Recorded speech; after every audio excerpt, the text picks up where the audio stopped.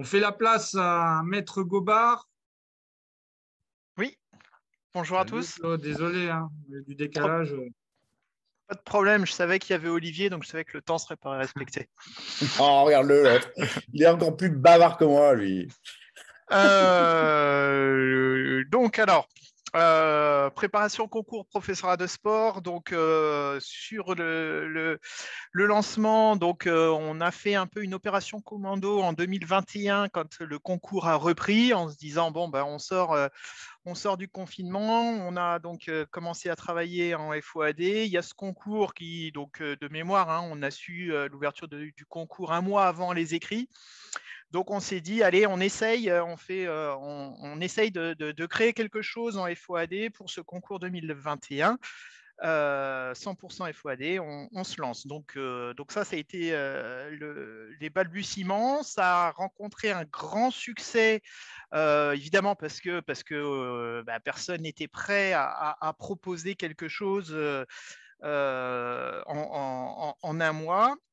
Donc, quand je dis un grand succès, il y a eu beaucoup d'inscriptions. En plus, on avait fait un tarif, je ne sais plus ce que c'était. Enfin bref, c'était un premier appel et qui a bien fonctionné en termes d'inscription. Et puis ensuite, 2022, et donc là, on est sur la préparation du concours 2023. On a eu le temps de construire quelque chose hein, avec cette lancée.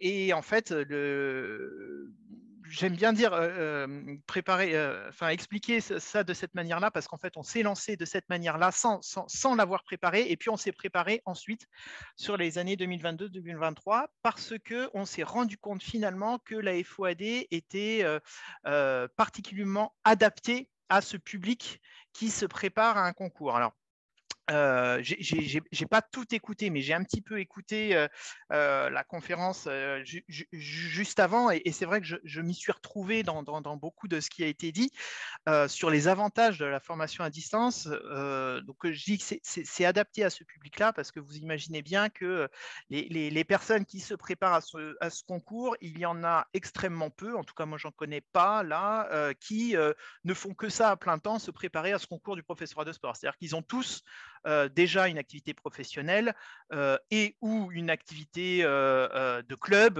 d'entraîneur, et ou une activité familiale. Bref, ils ont déjà plein d'activités, ils sont déjà à temps plein, et en plus, ils se préparent au concours.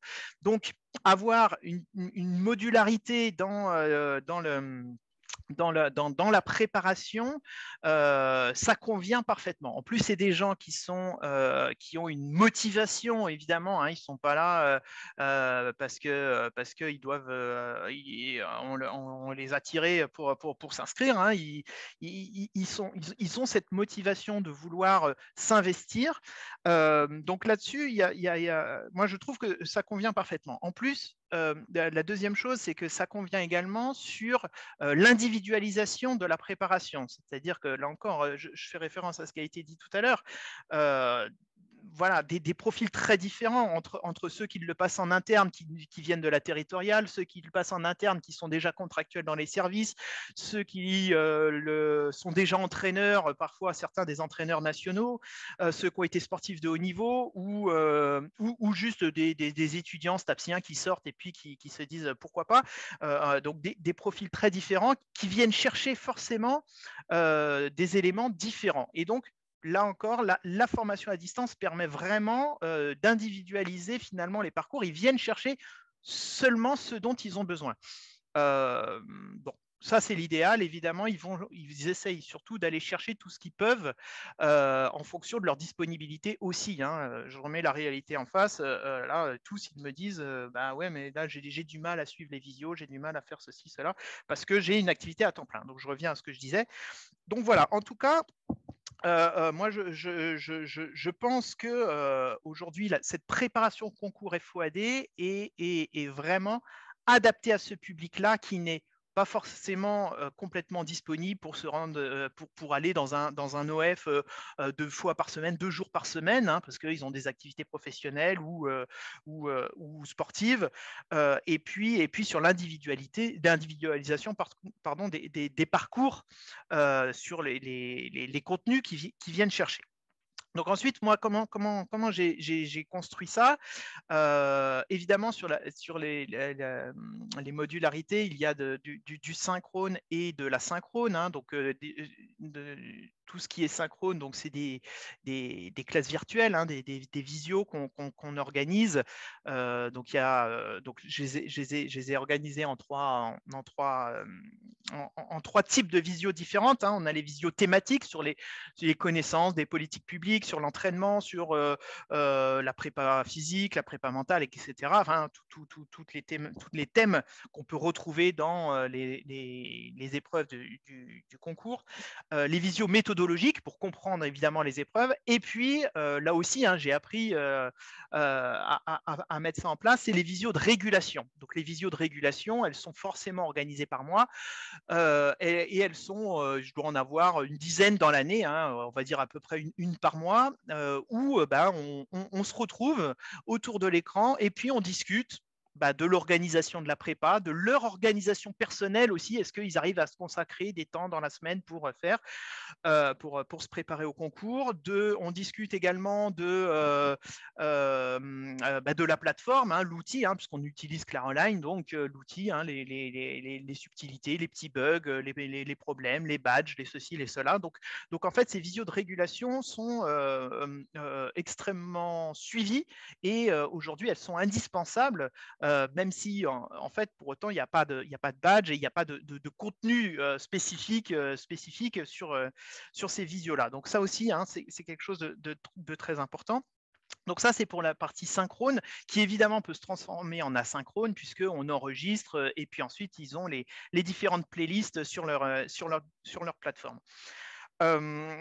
Ensuite, il y a tous les parcours, hein, qu'on a pu construire. Donc là aussi, hein, j'ai eu un petit écho dans ce qu'a dit l'intervenant de tout à l'heure sur les différentes modalités d'apprentissage, puisque par exemple sur la méthode des épreuves, hein, vous savez, sur le prépa concours par exemple, là on est en train de se préparer pour les écrits, donc il y a les deux écrits, hein, la note stratégique et le projet, que ce soit développement, formation ou entraînement.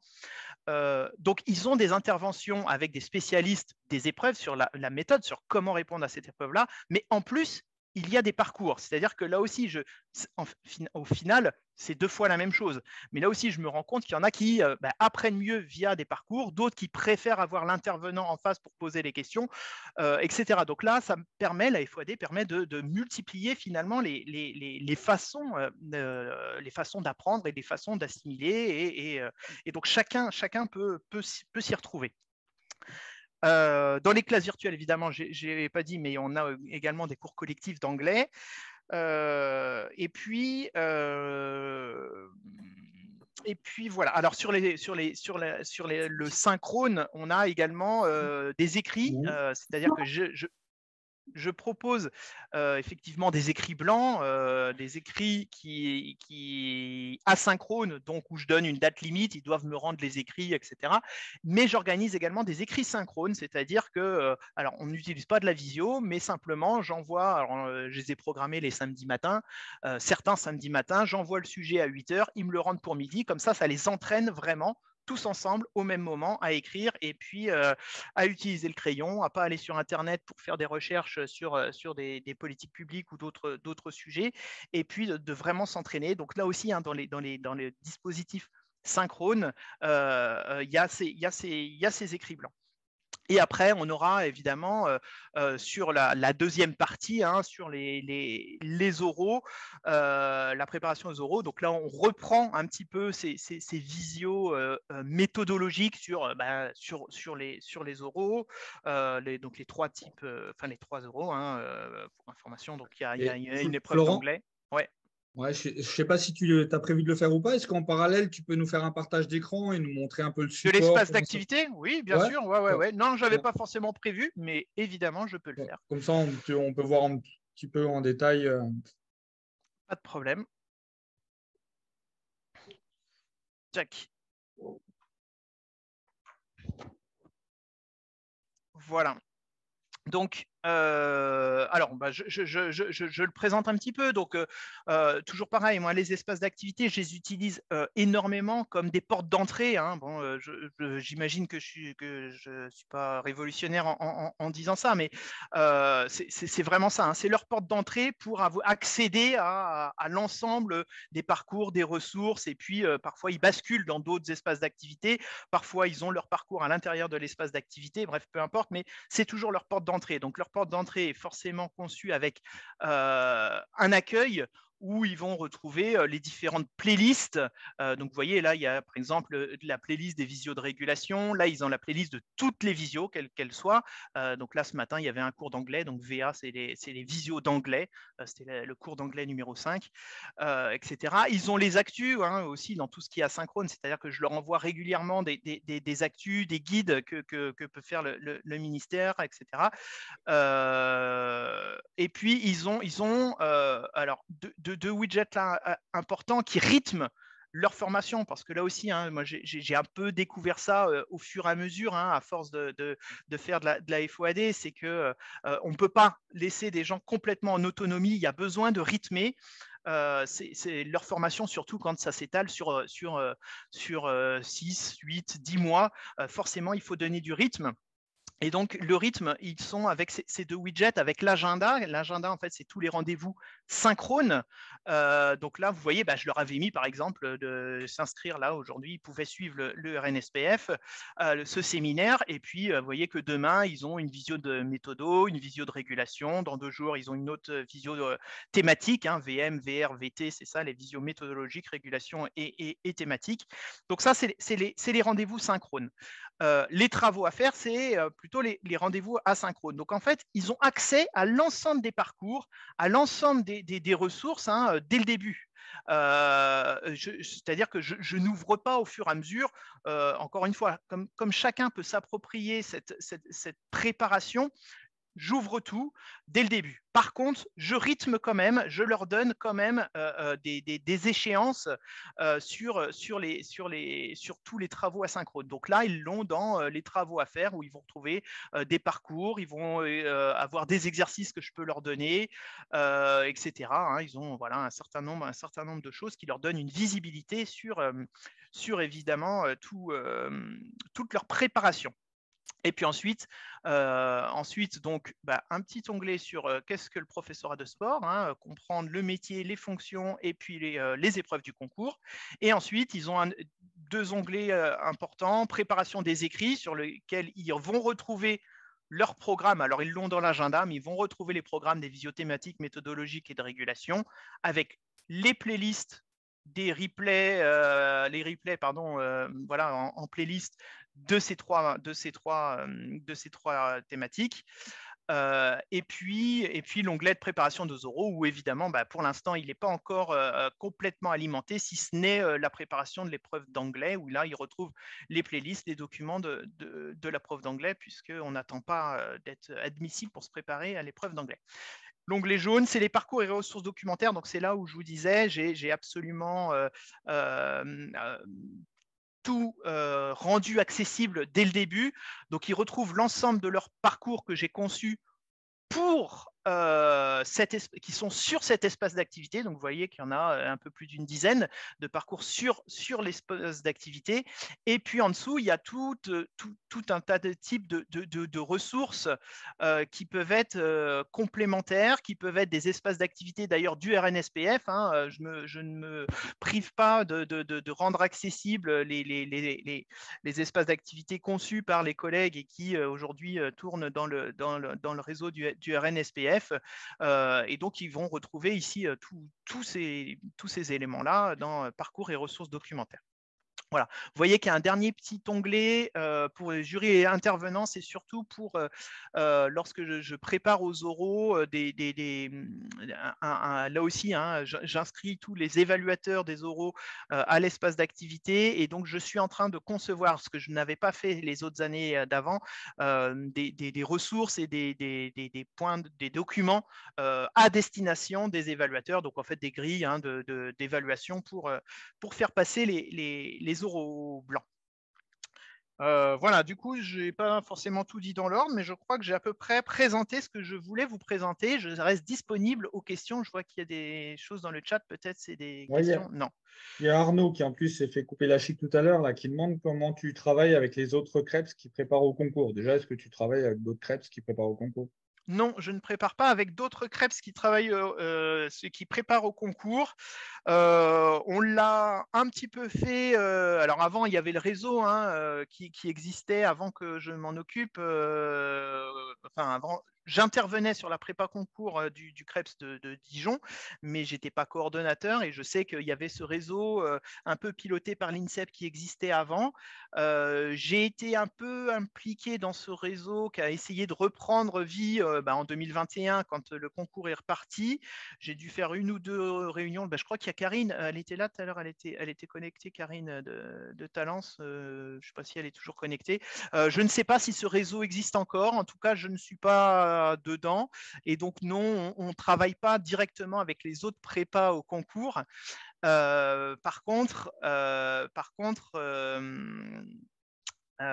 comment dire, il m'arrive de travailler avec d'autres collègues d'établissement. Je vais chercher les ressources à droite à gauche. La facilité de la visio et de la distance fait que je peux aller chercher les ressources là où elles sont. Et donc, je travaille avec des collègues en établissement comme en service d'ailleurs qui interviennent sur cette prépa. Bon, désolé, mais depuis que Karine nous a montré comment on pouvait hacker la présentation de quelqu'un et faire des dessins dessus, je n'ai pas pu m'empêcher.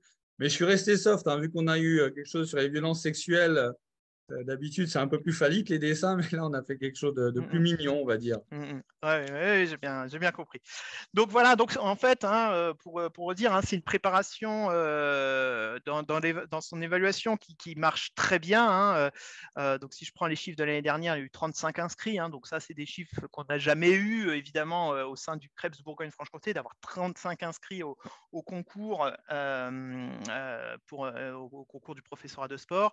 Sur les 35 inscrits, 24 étaient admissibles et au final, il y en a 18 qui ont été admis, qui ont obtenu le concours. Donc, c'est quand même des super chiffres. Et surtout, dans toutes les voies, il y en a eu en casse externe, en CTS et en SHN. On a des gens dans toutes les voies. Et là, cette année encore, un gros succès, puisque je suis arrivé à un peu plus de 60 inscrits. Donc, 60 inscrits pour cette prépa concours.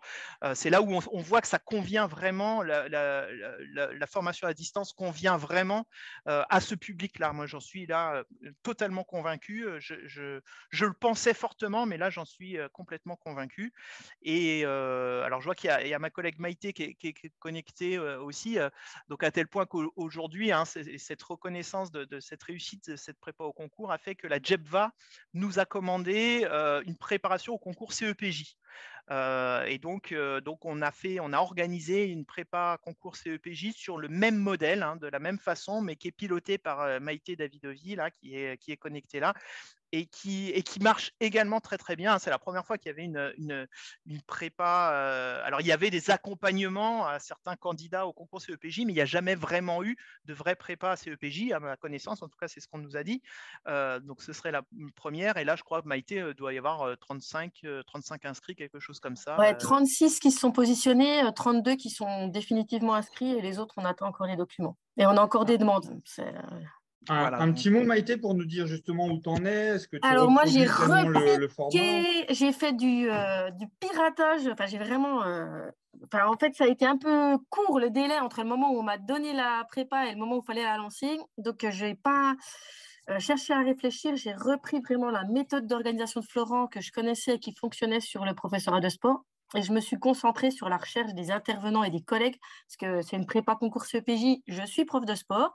On n'a pas de CEPJ dans l'établissement, donc il fallait vraiment s'adapter. Donc moi, je me suis surtout concentrée sur la recherche de collègues CEPJ qui étaient OK pour m'aider et pour intervenir sur cette prépa. Et sinon, tout le reste, c'est un copier-coller de ce que fait Florent. Moins avancé parce que c'est la première année, mais... Alors, dans les personnes qui assistent, là, je vois qu'il y a plusieurs stagiaires qui participent à cette prépa, comme Benoît. Donc, je ne sais pas, Benoît, qu'est-ce que tu en penses? Là, ça fait 3-4 semaines qu'on était sur la prépa. Si tu veux dire, tu as 15 secondes. Exactement. Non, bah, je pense qu'effectivement, on essuie les plâtres, mais après, c'est pas grave. En tout cas, je pense qu'effectivement, comme l'a dit Flo, c'est un bon outil, en tout cas, adapté à beaucoup de gens, effectivement. Que les outils, ils sont très variés, très intéressants, qu'on pourra faire le recul, le bilan dans 2 mois, 3 mois, puis avec les résultats au final. Moi, ce qui manque, et c'est pour ça que j'ai posé la question tout à l'heure, c'est l'aspect convivialité et puis les temps informels un petit peu. Donc ça, je ne sais pas si on pourra en échanger, Maïté, en aparté, mais c'est que ce n'est pas toujours simple. Mais au-delà de ça, effectivement, non, c'est intéressant parce qu'avec des parcours, chacun peut piocher ce qu'il a envie un petit peu dans tout ça, que ce soit s'entraîner pour les écrits, pour les oraux plus tard, pour différentes choses. Donc non, c'est, je pense, intéressant. C'est toujours perfectible, forcément, c'est la première édition.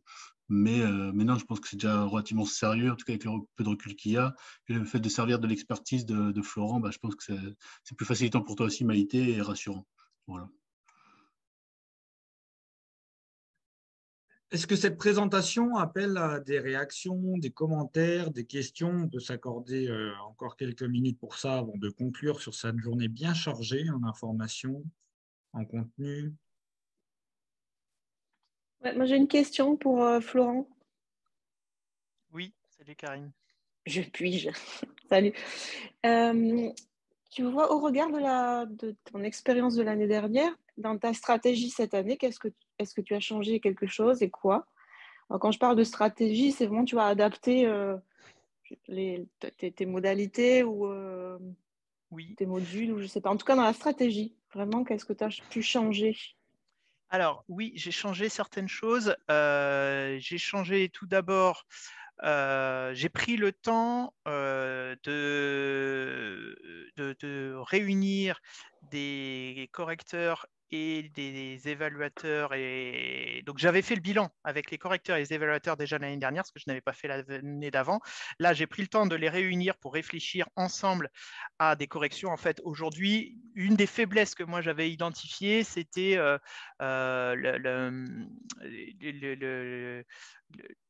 comment dire, l'efficacité des évaluateurs sur les oraux blancs. C'est-à-dire que quand on n'a jamais été jury au concours, qu'on a passé le concours pour certains il y a 10 ans, 15 ans, ou peut-être pour certains qui ne l'ont même pas passé, c'est compliqué parfois de se positionner, d'être évaluateur. Et comme je ne peux pas avoir le luxe d'avoir 2 évaluateurs, c'est toujours un seul évaluateur, un seul correcteur, parce qu'il faut trouver le temps. Et je remercie tous les collègues qui prennent le temps de ça. Voilà, je n'étais pas forcément toujours satisfait des corrections et des oraux blancs, et les candidats ont besoin de ça, ont besoin de se rassurer par rapport à ça. Donc on essaye d'avoir ce travail en amont qu'on n'avait pas fait les autres années pour essayer d'avoir des grilles de lecture, d'avoir des critères communs d'évaluation. Donc ça, c'est la première chose que j'essaye vraiment d'améliorer. La deuxième chose, c'est sur la temporalité des visios synchrones où quasiment toutes, aujourd'hui, elles sont entre midi et 2. Là aussi, on a essayé plusieurs formules en journée, le soir, les week-ends, entre midi et 2. Et c'est entre midi et 2 que ça marche le mieux, que ça fonctionne le mieux, où on a le plus de monde qui arrive à se connecter en direct. Alors après, il y a une grosse partie. Quand je dis que j'ai 60 inscrits, on n'est jamais plus de 20 sur les visios synchrones. Donc, ça fait quand même qu'un tiers finalement.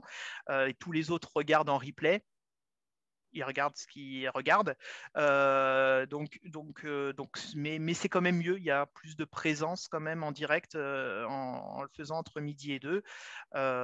Et puis après, j'essaye toujours, après sur les thématiques, j'essaye toujours de retrouver des thématiques complémentaires, des intervenants complémentaires sur les sujets d'actualité, quoi.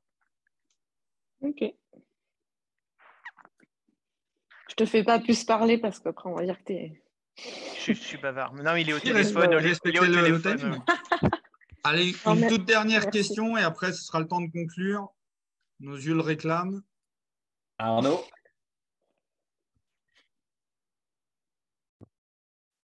Ah bah Voilà, Arnaud. on donne la parole. Moi, ça renvoyait, c'est un peu le renvoi de la question précédente que j'avais envoyée dans le chat. Ça renvoie à la question aujourd'hui de l'organisation des modules de formation. Alors, ce que tu as fait, je pense que ça répond concrètement à la demande, ça répond au public, à la question de la préparation au concours. Je pense que il n'y a pas de question à se poser, en tout cas de ce côté-là. Ça renvoie par contre à une question de l'organisation de notre réseau qu'Olivier posait tout à l'heure. C'est-à-dire qu'en gros, sur la question précédente, c'était comment on s'organise nationalement pour avoir un groupe d'experts qui maintient un contenu de qualité, voilà, et qui permet à un moment donné à des formateurs de s'appuyer sur ce contenu qualité. Et là, effectivement, ce que j'en vois ou ce que j'en lis pour l'instant, mais c'est juste un constat sur le professorat de sport, c'est qu'il y a des initiatives locales, y compris sur la formation à distance, hein, il y a des initiatives locales qui sont très bonnes dans certains CREPS, mais on est toujours, et c'est juste un constat, toujours dans l'incapacité d'avoir un réseau national constitué et qui tienne la route avec des gens qui, effectivement, l'étaient auparavant. C'est-à-dire qu'a priori, ce que tu disais, Florent, c'est qu'il y avait un groupe national qui existait autour de l'INSEP sur la préparation au concours, qui n'est plus actif, a priori, et qui, moi, me pose question. C'est-à-dire qu'on est chacun en train de, finalement, se tirer un peu plus la bourre sur le plan national entre établissements. Je suis toujours à ce constat-là. Et quelque part, ça me pose question. Voilà, c'est tout. Pas plus, pas moins. Je voulais juste faire partager mon avis. Là, tu ne pouvais pas partager un avis un petit peu plus sympa, enjoué, positif. J'ai dit que ça correspondait parfaitement aux besoins des stagiaires, à leur préparation, je l'ai dit. On a tous envie déjà de se pondre là, à 16h40. Là, ça y est, tu nous as enlevé le tabouret sous les pieds. J'ai pas grand chose à répondre. Enfin, je peux qu'être d'accord. Enfin, moi, c'est évident. Je pense que pour notre réseau, notre tout petit réseau jeunesse et sport à l'échelle de notre grand ministère, on aurait tout à y gagner, à partager et à travailler ensemble. Et moi, le premier. Et après, voilà, il faut qu'il y ait une tête de réseau à un moment donné qui organise tout ça, quoi. Et là, on va en effet ouvrir la voie entre la transformation de la volonté, de qui s'en charge, qui anime ça. Et bon, c'est peut-être pas forcément l'objet. Je vois que Maïté va encore s'exprimer, mais après, il est vraiment temps de conclure. 45 secondes parce que c'est exactement ça qui est en train de se créer suite à la prépa concours CEPJ. C'est-à-dire que moi, tous les intervenants qui ont accepté de participer, ils ont accès à la plateforme et on est en train d'essayer de voir comment on va l'utiliser, comment on va travailler ensemble. Et les intervenants qui sont des CEPJ, il y a très peu de CEPJ en CREPS, hein, donc qui sont des CEPJ en SDJES et en DRAGES pour la grande majorité. Eh bien, ils sont super contents parce que ça leur fait un lieu d'échange, ça leur permet de travailler aussi sur leur pratique. Et du coup, cette préparation au concours, c'est aussi un lieu d'échange collectif, quoi. Donc, en tout cas, pour les CEPJ, c'est en train de se monter avec ça. Ça veut dire qu'on est en train de se faire marcher dessus par les CEPJ sur le plan collectif. Ça ne va pas du tout, les PS. Ouais, je pense que là, on peut se rhabiller, parce que moi, je suis prof de sport, mais quand j'ai appelé à l'aide, franchement, le retour des collègues CEPJ, ils étaient topissimes, quoi. Donc, on a un petit peu de boulot. J'ai pas de mal non plus à trouver les collègues profs de sport qui oui, interviennent sur la prépa. J'ai plus de mal sur les correcteurs de copies. D'ailleurs, je lance un appel. Non, je rigole. Là, ils sont obligés de te répondre oui, parce que sinon, tu sais que les CEPJ, ils sont plus. Ils jouent non, plus mais demande déjà au aux CEPJ.